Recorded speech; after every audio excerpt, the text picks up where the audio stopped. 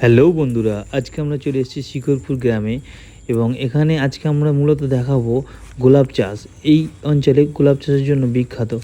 কত সুন্দরভাবে গোলাপ চাষ করা হয় এবং এখানকার গোলাপ চাষ এতটাই বিখ্যাত যে এখানকার গাছ ভারতবর্ষ তথা ভারতবর্ষের বাইরে বহু জায়গায় এখান থেকে আজকে ভিডিওতে আমরা একটি বাগানের মালিকের সঙ্গে আপনাদের পরিচয় করাবো এবং দেখাবো যে কিভাবে গোলাপ চাষ করা হয় এই সমস্ত অঞ্চলে। আমরা আজকে শিখরপুর গ্রামে, যেখানে গাছপালা চাষের জন্য খুব বিখ্যাত। এখানে প্রচুর সুন্দর সুন্দর গোলাপ ফুল চাষ হয় এবং দেশ বিদেশে এই সমস্ত গাছগুলো রপ্তানি করা হয়। তো আজকে আমরা সঙ্গে কথা বলতে, ঠিক আছে, তো দাদা আমাদের সঙ্গে আছে। তো দাদা, এই বাগান সম্পর্কে কিছু কথা বলো। হ্যাঁ, এখানে বিশেষত আমাদের এলাকাটা গোলাপের জন্য বেশি উল্লেখযোগ্য নাম আছে, ঠিক আছে। এটা রাজারহাট এরিয়ার মধ্যে পড়ে। তো এখানে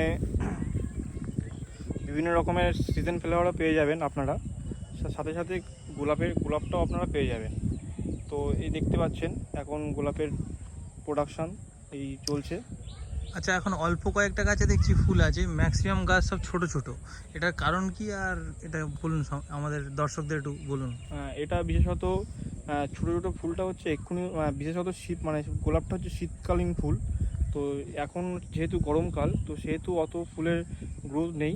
এটা শীতকাল পড়লে সিজনটা যত, মানে আবহাওয়াটা খুব, এনভায়রনমেন্ট যত ভালো হবে, তখনই আর কি এটা আরও গ্রো করবে।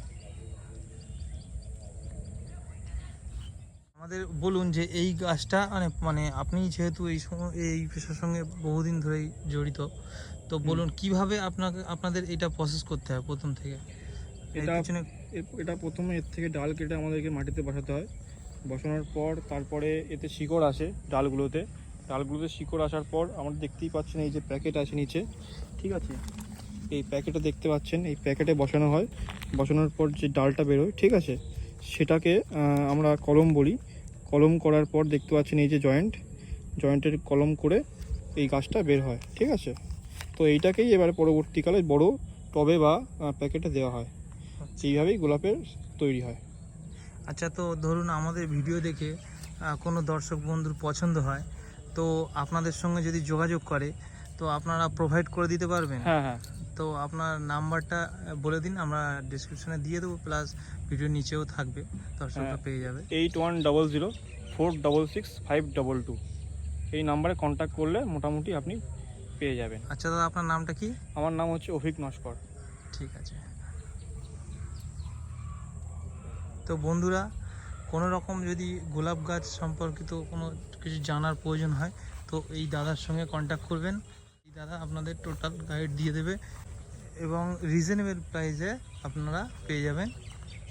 দেখতে পাচ্ছ বন্ধুরা কিভাবে গাছ তৈরি করা হচ্ছে। ছোট্ট ছোট্ট ডালগুলোকে পুঁতে ওই গাছগুলোকে শিকড় আনা হবে, তারপর ওগুলোকে টবে বসানো হবে। মাটির তৈরি যে সমস্ত ছোট ছোট টব দেখতে পাচ্ছ, এরকমভাবে তৈরি করা হবে এবং আস্তে আস্তে গাছটি সুন্দরভাবে পরিণত হবে। আমি যখন বাগান মালিকের সঙ্গে কথা বলেছিলাম বা বাগান মালিকের ইন্টারভিউ নিয়েছিলাম, তখন বাগানে সবে সবে আর কি কাজ শুরু হয়েছিল সিজনের, যার জন্য অনেকটা জায়গা ফাঁকা ছিল।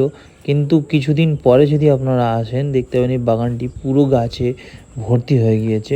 প্রত্যেক বছরই এইভাবে বাগানটি তৈরি করা হয়। চলুন বাগান মালিকের কাছ থেকে আরও কিছু এই বিষয় সম্পর্কে জেনে নিই। সকালে প্রচুর বৃষ্টি হয়েছে, যার জন্য বাগানটি ভিজে আছে, একটু কাদাও হয়েছে, যাতায়াতের জন্য একটু সমস্যা হচ্ছে। এই প্যাকেটে দেওয়া হয়। এই যে ছোটো প্যাকেট থেকে এই ছোটো প্যাকেট দেখো, এই যে ছোট প্যাকেট, এই ছোট প্যাকেট থেকে এই বড় প্যাকেটে রেডি করা হয়েছে। তা এরপরে কী হবে দাদা? এরপরে এতে বিভিন্ন রকম তেল সার বিভিন্ন রকম দিয়ে এটাকে এবার ট্রিটমেন্ট করে সিজনের জন্য তৈরি করা হবে। আচ্ছা, বেসিক্যালি আপনাদের গাছ কোথায় যায়? আপনার নয়ডা, দিল্লি, নেপাল, ভুটান, বিভিন্ন যায়, বিহার, ঝাড়খণ্ড, অনেক জায়গাতেই যায়। আচ্ছা, এই এলাকার গাছ এত বিখ্যাত কেন? প্রচুর জায়গায় এই এলাকার নাম শুনেছি আমরা, যে বিশেষত এটা আমাদের এখানে খুব ভালো হয় গাছটা, ঠিক আছে, এটাই বিশেষত কারণ। আচ্ছা। তো আমি এর আগেও এখান থেকে বহু গাছ নিয়ে গেছি, এখানে এসেছি। খুব সুন্দর পরিবেশ বন্ধুরা। এখন যেহেতু সবে সিজনের শুরু, গাছগুলো সবে তৈরি হচ্ছে, যখন আপনার পূজার পর দেখতে পাবেন, মানে আপনার কি বলে অক্টোবর সেপ্টেম্বর অক্টোবর নাগাদ, সেপ্টেম্বর থেকে অক্টোবর, হ্যাঁ 1 মাস পরে আপনারা যদি আসেন তো এই বাগানের পরিবেশটাই পুরো অন্যরকম হয়ে যাবে। চারিদিকে সুন্দর ফুলের বাগান দেখতে পাবেন। আর এই এলাকাটায় ফুল চাষের জন্যই বিখ্যাত। এখান থেকে চারিদিকে গাছপালা নিয়ে যায়, একদম নিউ টাউনের খুব কাছেই, নিউ টাউন থেকে বেশি দূর না। এখানে রিজনেবল প্রাইসে গাছ পেয়ে যাবেন। আর দাদার নাম্বার দেওয়া আছে, আপনারা কন্ট্যাক্ট করে নিতে পারেন। কোনো রকম গাইড লাগলে দাদাকে ফোন করে নেবেন।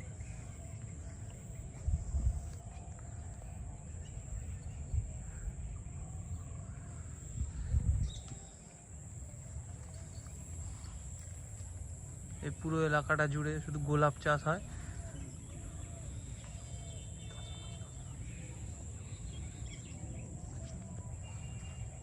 পরিবেশটাও খুব সুন্দর।